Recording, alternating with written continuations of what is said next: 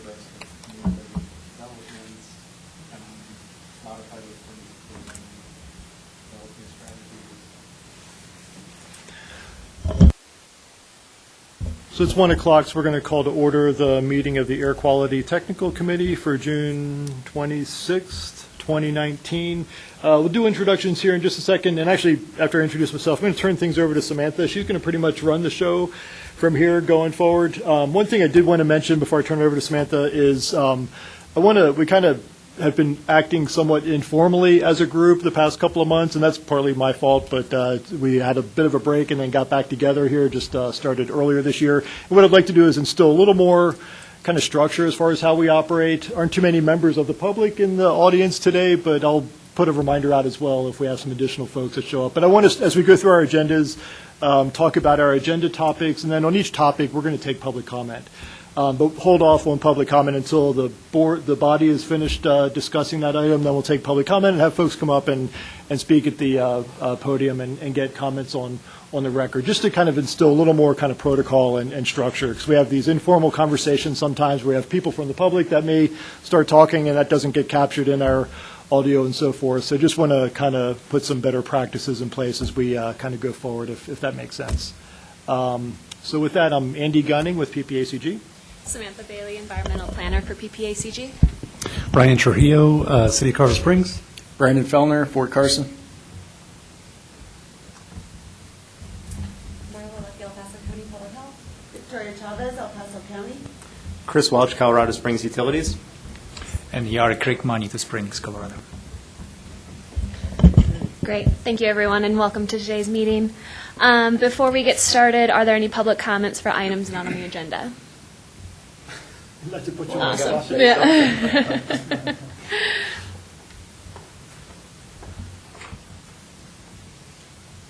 Camera's still set up this way, and get on the screen. And push the button, the face with the stuff coming out of the mouth.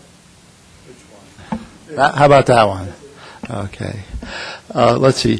Several of us met with Aram Benjamin, I guess last Friday, and he reiterated that he is going to be following an operating procedure that would be different than the one that he normally would have. The normal one would be to minimize cost. The one he's doing now is to try to minimize environmental impact. And let's see, 6 is, there's, Drake 6 and Drake 7. Drake 6 is still being repaired, and I guess they're looking at a reopening July 15th. Is that, do you happen to know? Or anyway, that's what I'm hearing. Actually, one thing, Victoria, you weren't here last month, were you? No. One important thing, you had mentioned anytime it gets over 90, we're in trouble. But the meteorologist said, actually, when you start getting above 92, things, for some reason I don't really understand, are not as bad. So when we start getting, those high temperatures, we're not necessarily in more trouble, which is nice and interesting and certainly makes it somewhat easier for CSU. I guess that's what I got to say. Thank you. Thank you. So today's agenda is pretty light. I just wanted to give you all kind of a status of our outreach and awareness activities going on in regards to air quality. First, I will start with our ozone awareness videos. Some of you may know that here at PPACG, we're doing a social media campaign with local celebrities in the region, kind of just doing a quick 30-second video, hey, this is why air quality is important to me. With those videos, we're going to include texts, links, and posts to our website on how to reduce and prevent ozone, especially protecting yourself from ozone as well. We just started filming last week, so unfortunately I don't have any examples to show for you today, but I'll be sure to send them out to the group when they're ready. We have a large variety of interested participation. last week we filmed Jill Gabler, and then this week we filmed Dirk Draper along with Ken Jure of Manitou Springs. We also have Aram from CSU scheduled, along with a few players from the Switchbacks that are confirmed. We also have a few emails going back and forth on scheduling these videos, so lots of good participation, and I'm hoping to get these posted within 2 weeks after filming. So there's not some like release date, or we're not, posting these all at once. It'll be kind of throughout the summer. What I wanted to know from the group was if there's anyone that you feel should be represented in these videos, or if there's anyone that you feel that would be interested in participating. We've been in discussion with the mayor's office. Yes. Well, Or just through. started but hasn't completed that loop, so if you have a way of helping us out in that regard, that'd be Sure. super. Thank you. We've been working with Gwendolyn on that. Oh, okay. She's the right contact for that. Okay, But I could follow up and make sure. good. Did run into or saw Susan with the Trails and Open Space Committee this morning, biking to work. She's volunteered to help do a video, so we'll connect with her. But if you think of other folks in the outdoor recreation arena, or other elected officials or other well-known community folks, that would be super if you could help us make those connections. One thing I noticed as well, I don't believe we have anyone with military representation, so I don't know if that would be an idea as well to have, but I'm not sure who that would be. Fort Carson. Great. Yeah, I don't know if you have somebody in mind that you would want. I don't have any idea. Any So if you have any- suggestions? yeah. Garrison Commander? I'll ask. Yeah, I don't want to speak for him, but Yeah. most of our stuff is just getting pushed out through the Fort Carson Facebook page. I know, I see Colonel Wardinger on occasion at various meetings around the area, and he's mentioned concerns about air quality, and so it seems like it's on his radar at some point, so if you want to try to kind of take that up with him, that'd be super. Okay. Yeah, good. Okay, and if you guys think of anything, you have my contact information, so feel free to shoot me an email. Okay. Along with these videos, I also started developing some social media posts. Right now, we don't have any posts when it comes to action days or ozone awareness. So I wanted to develop these graphics not only to inform the public, but to also share with you all in case you need some sort of graphics or want to share or like our posts. I'm more than willing to share this. It's a publisher file, so it's very simple. Everyone should have it if they have a Microsoft computer. So I wanted to kind of get your feedback and reaction to these posts. They're very simple because I didn't want too much text within a photo because that can look really cluttered and messy. So what I envision these posting them on Facebook or Instagram, just a very simple graphic, and then the captions will have text with hyperlinks and information and content related to ozone prevention and awareness. So very simple. I don't imagine posting these consecutively, so I do know that they're a little bit simple and kind of on the same content, but I do want to switch these up with photos. If you all post anything related to ozone or on an action day, we can more than share them. So, if we end up having 3 ozone days in a row, I don't want to post this every day. So definitely switching up with alternatives. Susan Galentine sent me some feedback, and she was really interested in having some graphics with like a quick tip. So some of these are the same, just with an easy tip, and like I said, more content will be included with the texts. I also have them translated into Spanish because I think that's important to reach out to all of our citizens in the region. And then I also included just some photos. Like I said, some of these will be switched out with a nice photo of people outside in relation to air quality with content on ozone, hyperlinks, things like that. Is there anything that you would like to see or any feedback that you have regarding these graphics? I think one quick point is just, if you go to the, like, this one here, Ozone Action Day, then what are we doing about it? Yes. So some of the other ones you talked about, reduce your energy consumption. Yeah. Yep. So I think as long as we have some message that talks about the action part. Yeah, absolutely, and that's kind of what I was mentioning with the content of the captions.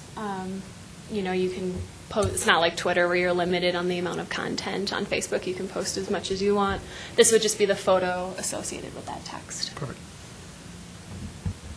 It was a little unclear to me, limit your energy consumption. That felt a little ambiguous, so I Yeah. don't know if like fuel is more clear or Okay. specific or something. Because I actually come from like a nutrition background, like fuel, like how much you're eating, Yeah. or like what exactly is that for your energy. So like don't eat as much. Yeah, okay.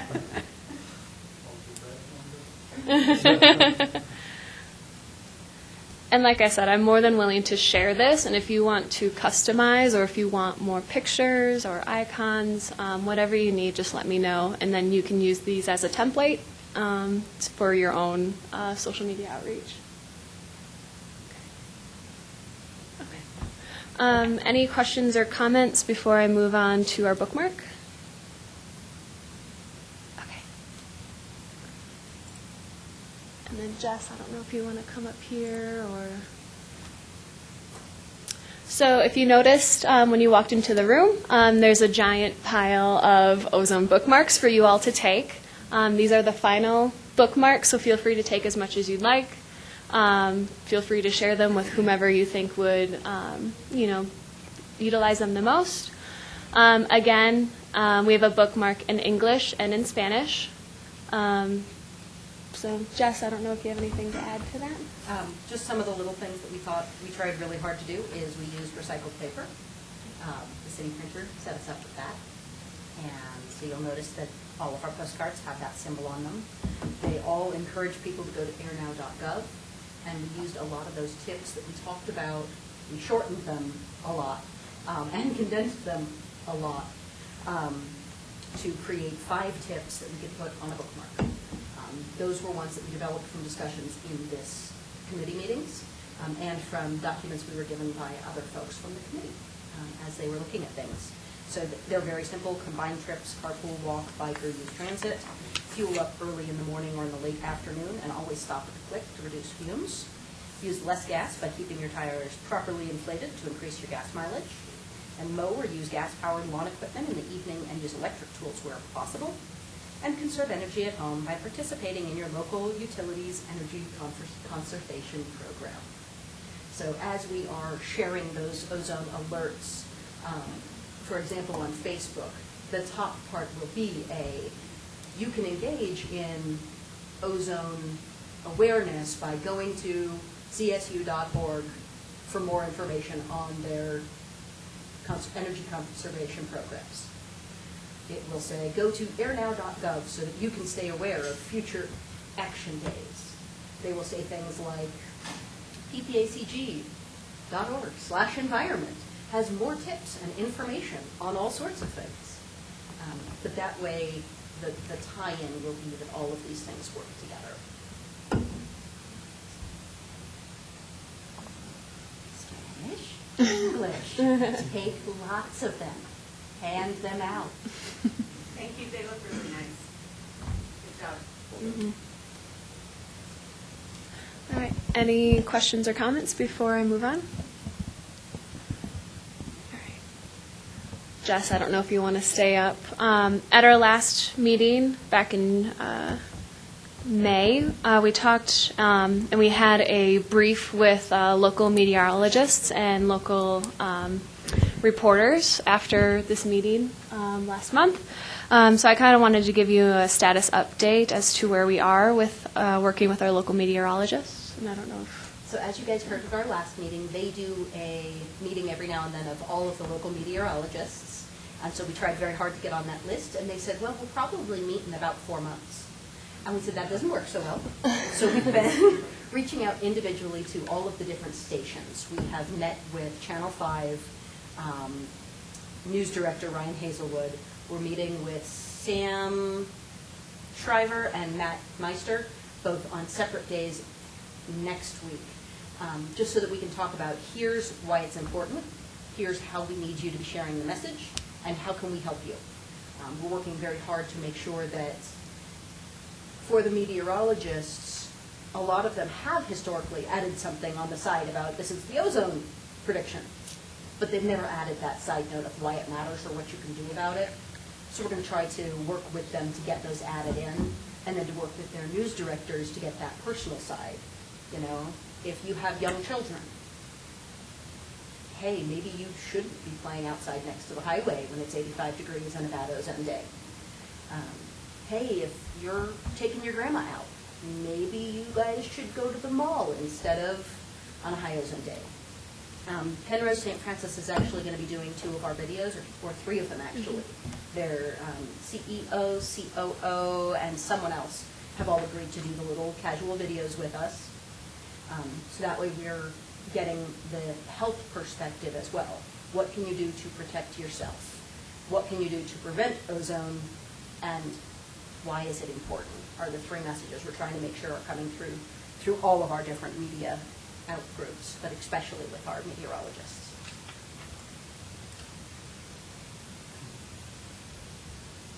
Now I feel it. Any questions or comments? It's going to be a speedy meeting.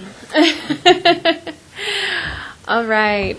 Next on the agenda is Bike to Work Day, which was today. Did you all bike in your nice clothes? Yeah, cool. How many miles of travel did we reduce today? I got 6 out of the road. So if you don't know, Colorado Springs hosts Bike to Work Day since June is Bike Month. They had a variety of different sponsored breakfasts that you could ride to. They had a bike map available on their website where you can pick a spot and you could go there for breakfast. So this morning I rounded up PPACG to reduce air quality through riding our bike. It was a really good event. I rode my bike into work, and I think I ran into 3 different, large public groups that were just out and talking with our sponsor at the breakfast. She was a member of the Council of Neighboring Organizations, Sarah Voss. She said that she had a pretty good turnout at her breakfast station at Well. I think she had about 30 people attend, which is pretty good. So nice pictures. We had a picnic in the park. Talked about, and each breakfast station is hosted by a local restaurant. So we had the pasty company. Does anyone know what a pasty is?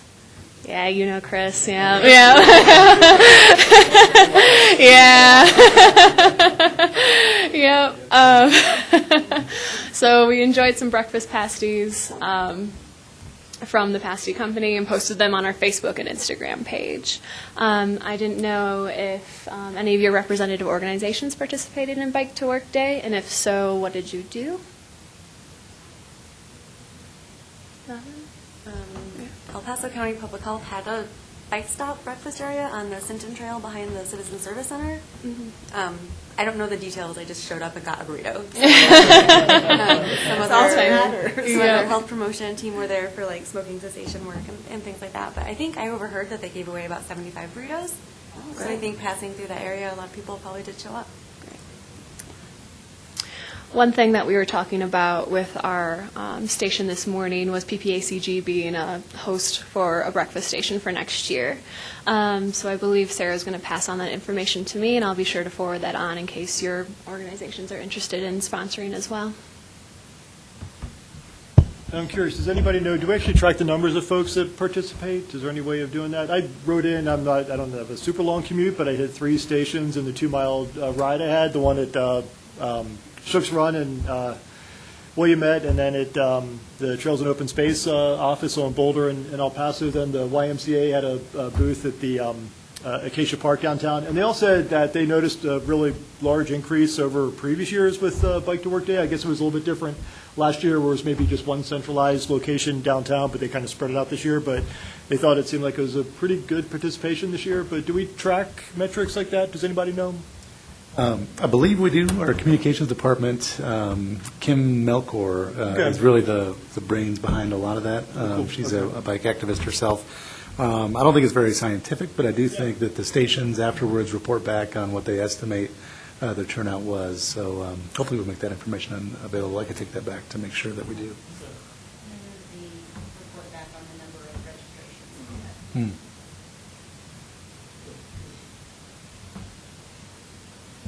Anything else on Bike Day? Okay. Next on our agenda is the PPA-CG Air Quality Monitoring and Trends Report. Did any of you know that we have one? Okay. Okay, great. I sent it out in our packet. I also have a paper copy to pass around if you all want to look at it if you didn't have the time. It was pointed out to me that the last one was developed in 2013. And my predecessor used to do these every 5 years, so now would be the year to have an updated one. What I wanted to make sure before, kind of heading on to this report was if this is something that you feel would be beneficial to the public, if your organization does anything similar to it, just kind of general feedback if you had the chance to review the report, your thoughts on publishing one for this year.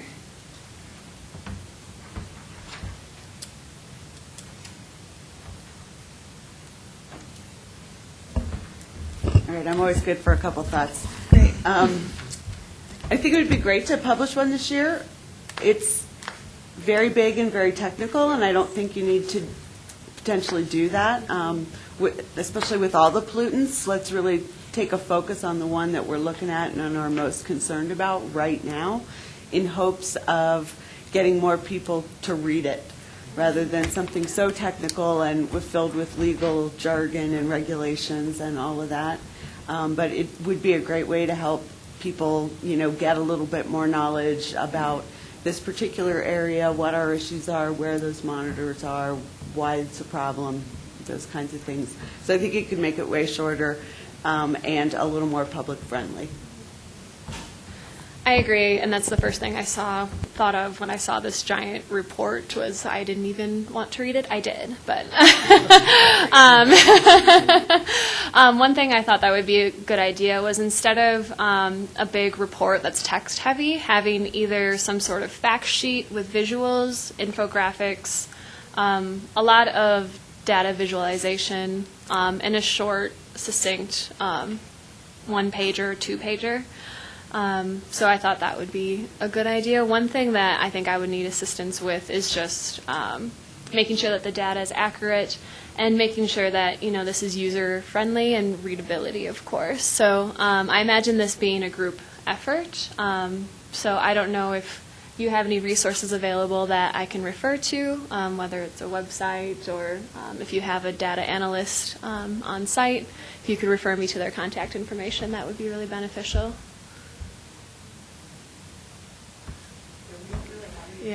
Yeah, okay. And that's fine. Maybe it's just me sending out an email to the group asking for feedback and questions. Health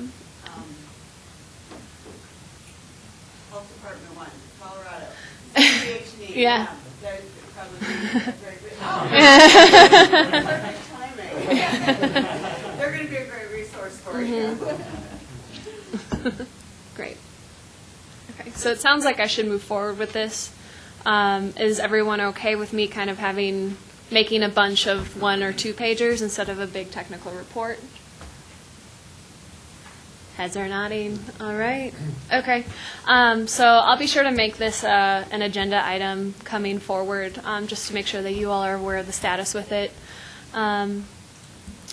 I can see this being done by the end of the year, which I think is a good timeline for me as well, so 6 months. So I'll be sure to keep you updated. We jumped over F, if we should get back on talking about action days. Right. Yeah, no worries. Great. Okay. Going back to agenda item, discussion on action days. I listed this as an agenda item because the first week of June, I believe we had, out of the 5 business days, 4 action days. 2 of them were unhealthy for sensitive groups. I did get some emails from the public asking what are we doing in regards to action days. One thing that I didn't know would be beneficial to the group was me sending out an email to the group saying, hey, today's an action day, here's what we're posting. I didn't know if your representative organization does anything regarding outreach for action days. So I wanted to make sure that we touched on this to make sure that we're doing something that's proactive. So if you could let me know what you're doing on action days, I'd appreciate it. Is anyone doing anything for action days? So we have a link on our website to the CDPHE ozone alert days for the air quality monitoring. So we link to that. And then I think previously our communications team sometimes would also repost on social media information if there was an active ozone alert day or something from CDPHE. And we just had a new PIO start this week.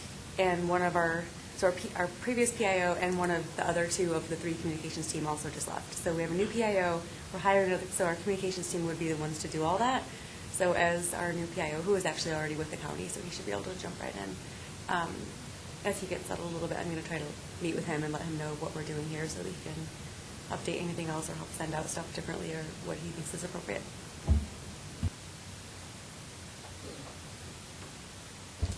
So Fort Carson is also using their social media page. With the first Ozone Action Day, I believe they posted this flyer that we had made, and they were just worried that it might be too long and people are just going to scroll over it. And then when we had multiple Ozone Action Days back to back, they really wanted to find something that was just a quick bullet point. So Susan Galentine is one that's working on that, and that might be what you're talking about with just a quick picture, kind of give a quick tip saying, hey, this is the Ozone Action Day, and reference that. But other than that, that's about it. And unfortunately, we missed that week in terms of getting communication out, but generally speaking, along those same lines, we hope to get the message out through our social media to the public on informing them to take action.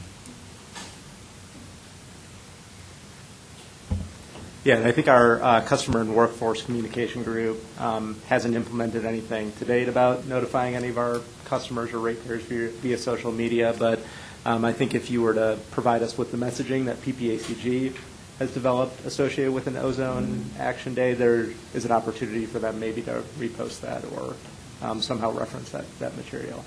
So I think they're looking to PPACG to develop any messaging or associated materials for that aspect of it. And then, as a member of the public mentioned earlier, we have developed a voluntary procedure for Colorado Springs Utilities to be implemented during the summer ozone season. So if the CDPHE predicts our region to have elevated ozone, we'll make certain efforts to limit or reduce the emissions of NOx emissions from our electric units, as NOx is one of the precursors to ozone formation.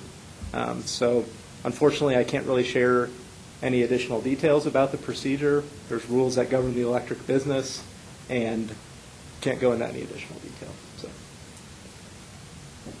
I think, just a quick interruption. I think one of the big questions we have was, I know that CDPHE pushes out information, and we're doing the same thing. We didn't want to be duplicative with it, but it sounds like the stuff that we're sending out that would be useful if we send out alerts plus a message as far as how we can notify what we should notify the public about. It sounds like that's helpful, and we'll continue to do that.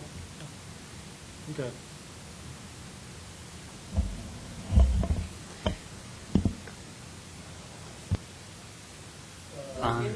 Okay, there we go. I'm Rick Coffin with CDPHE. Sorry I'm late. Hit some bad traffic. There was an accident on I-25. But, yeah, so I'm with CDPHE, so we're the ones sending out the Ozone Action Day alerts. One thing that we're looking at this year at CDPHE is, we have a climate-friendly workplace initiative. That's in the process of being developed right now, and they're exploring having people telecommute on ozone days. So it could be sometimes tricky, plant forecasting that several days in advance. So, you might not be able to stay home if you just learn about it the night before, because you have plans. But sometimes our forecasters can go as far as 2 or 3 days, but it's just depends on lots of different things. So that's one thing that they're looking at. And really just in general, we're trying to working from home, telecommuting overall into our department to reduce, vehicle time on the road. Great, thank you. Any other comments or feedback from the committee before I open to public comment? Okay. Thank you, Samantha. Let's see, are we going to be, I believe there was an exceedance in that first week. Are we going to be discussing that under item 7? Okay. Then I'll defer.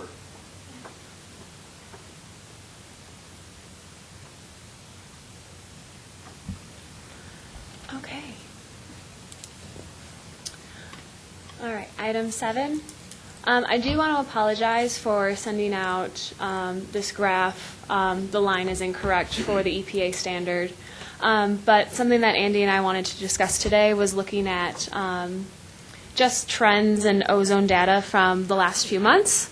Like I said earlier, we've had a few action days already. From what I've been notified, we've had 5 action days this year. And they were all in June. So the first week of June was very heavy, along with June 13. If you had the chance to review this data, these are the hourly highs, so the highest hourly standard for the day. If you go to CDPHE's website, you can find this data online. And you can search by monitoring site. So the 2 graphs that I sent you were for the Manitou and U.S. Air Force Academy monitoring stations. It's been pretty cool these last few weeks. So aside from a heavy June beginning, we haven't had any ozone action days so far. I just wanted to know your reactions or thoughts to the data.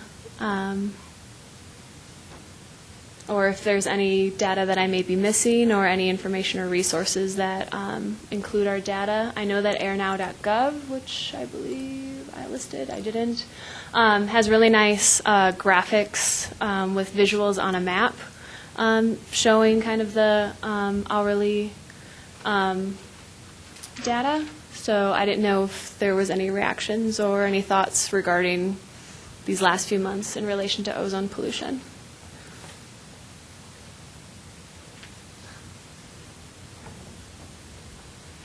Anything, not to put you on the under the gun, but anything that the state's noticing as far as trends so far? I know we're different than the Denver region, but anything that has popped up that seems unusual that you weren't expecting this year, this summer? No? So far it's been mild, as we've all seen. So, yeah, we're all, hoping for a wet and mild summer. So, but yeah. So other than that, nothing else. Yeah, things are looking, good so far.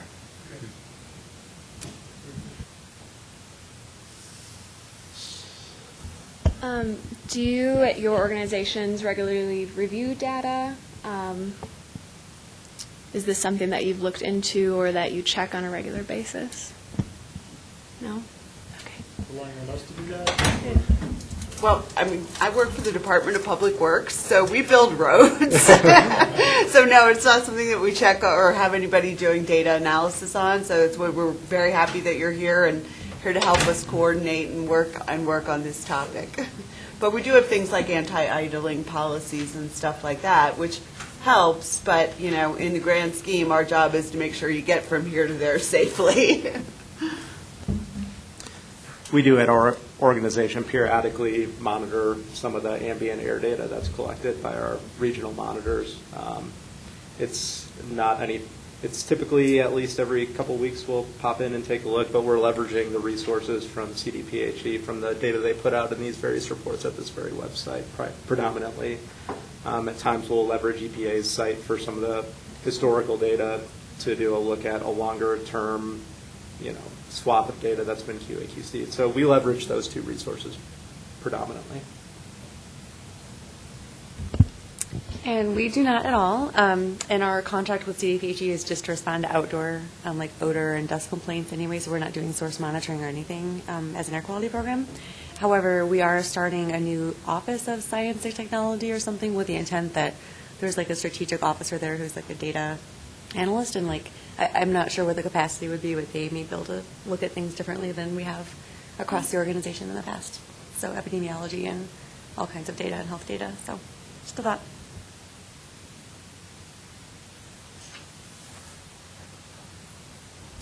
Any other comments before I open this up? Lee? Okay, I deferred from discussing the exceedance day under whatever it was, 5F, but now we're on 7. So I was out of town then. What day was am I correct in thinking that there was an exceedance on one day?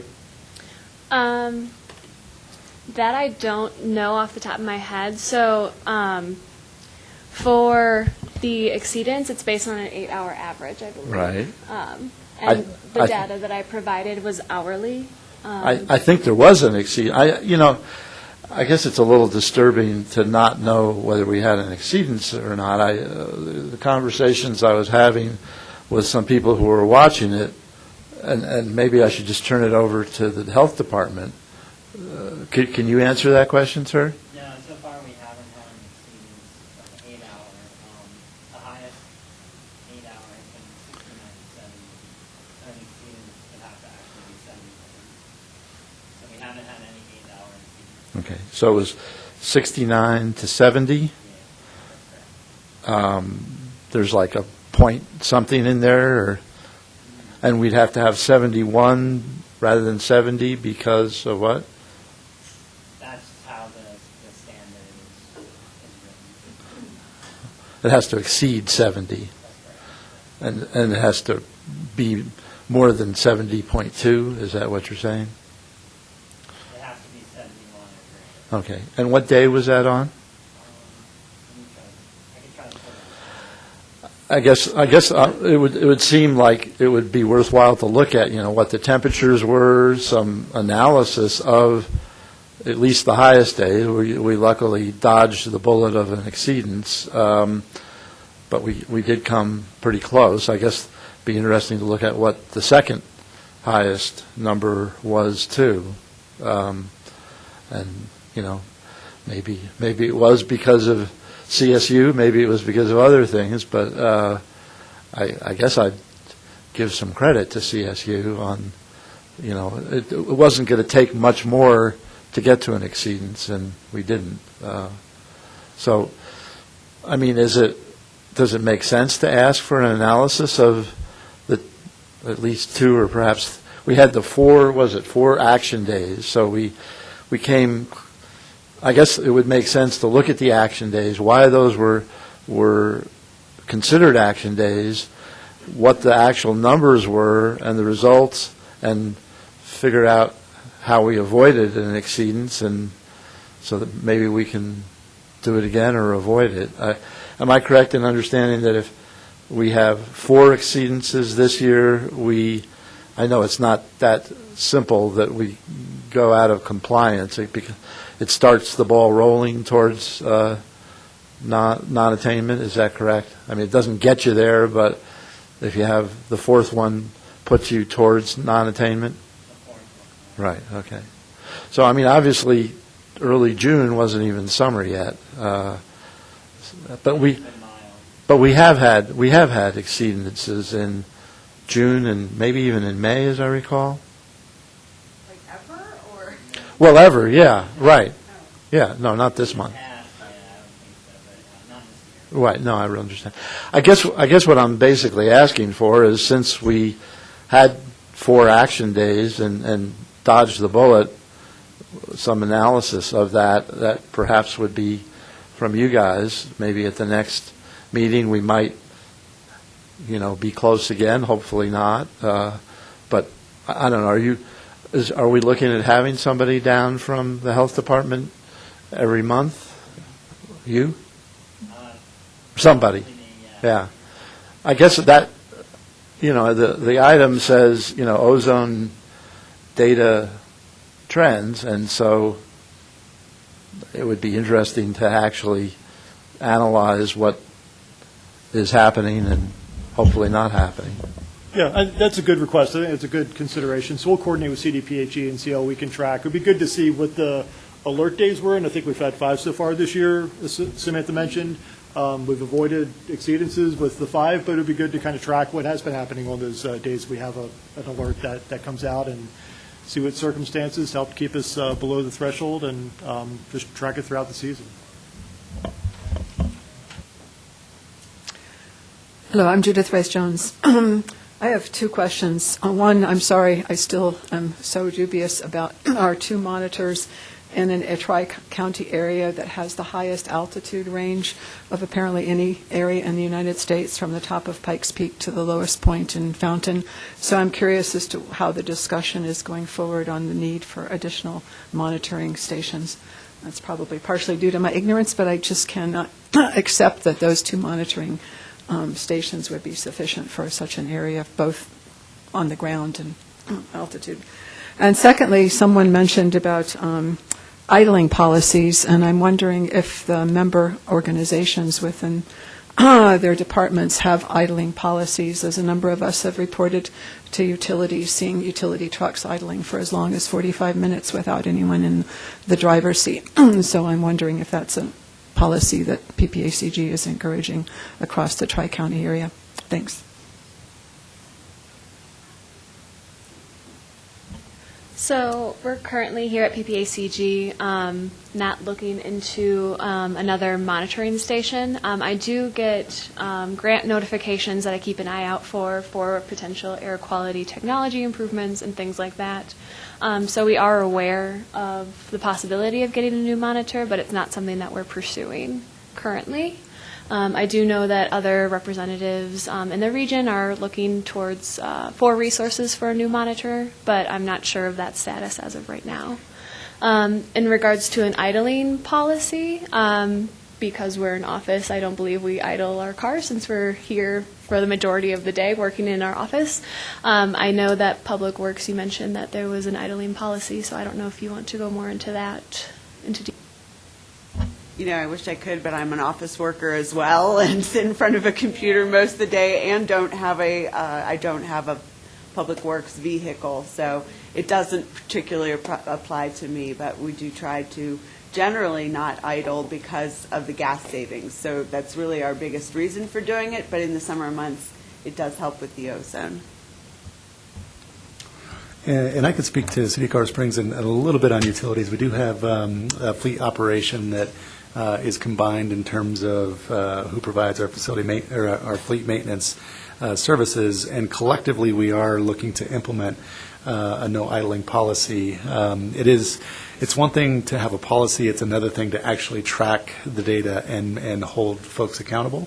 And it is an uphill battle. I think that between both city and utilities, we have about close to 1,000 vehicles that have telematics, so we can tell from the vehicle that we're collecting data from how long that vehicle has been idled. And so we're analyzing that data, working with departments. It's, Judith, I think in your scenario where maybe it's a Public Works vehicle that's idling for 45 minutes, that's definitely not justified and needs to be addressed. Other situations, it is difficult to tell a department not to idle. An example that stands out is probably on the Sheriff's Office as well, and CSPD. If you're doing traffic enforcement on a cold day, it's really difficult to tell a police officer to shut your vehicle off and don't use your heater.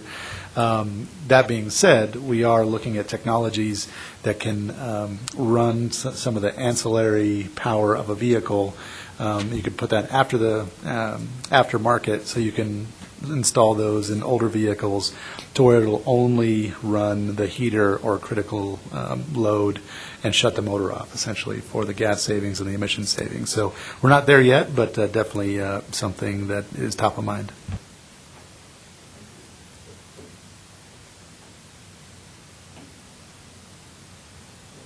Just one more comment about the number of monitoring sites. There was a really good discussion last month, and you may have missed out on that, but when CDPHE was down kind of presenting the lay of the land down here, they did have pretty good justification as to why the 2 monitors are sufficient given our population and our terrain and our geography. So hopefully if the video is available, feel free to pull that back up. But it sounded like it certainly made sense that the 2 monitors are serving us pretty well, and I think it sounds like there's a chance for other optional ones, but the state wasn't really going to take that on at this point, but other jurisdictions certainly could if they saw the need to do that. And one comment to tack on to that, Andy, and I don't mean to speak for the health department, but I believe the health department publishes an annual network monitoring plan that walks through what infrastructure they have in place, and that plan is put out for public comment so that there's an opportunity for folks to provide their comment on what the monitors are, where they're located, what the justification is. Is that?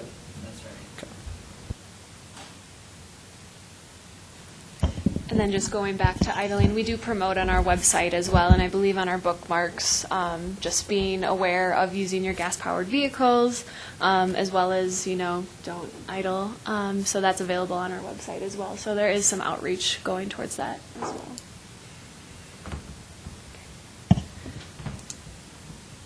Any other comments or discussion on any of the agenda items before I move forward to member announcements?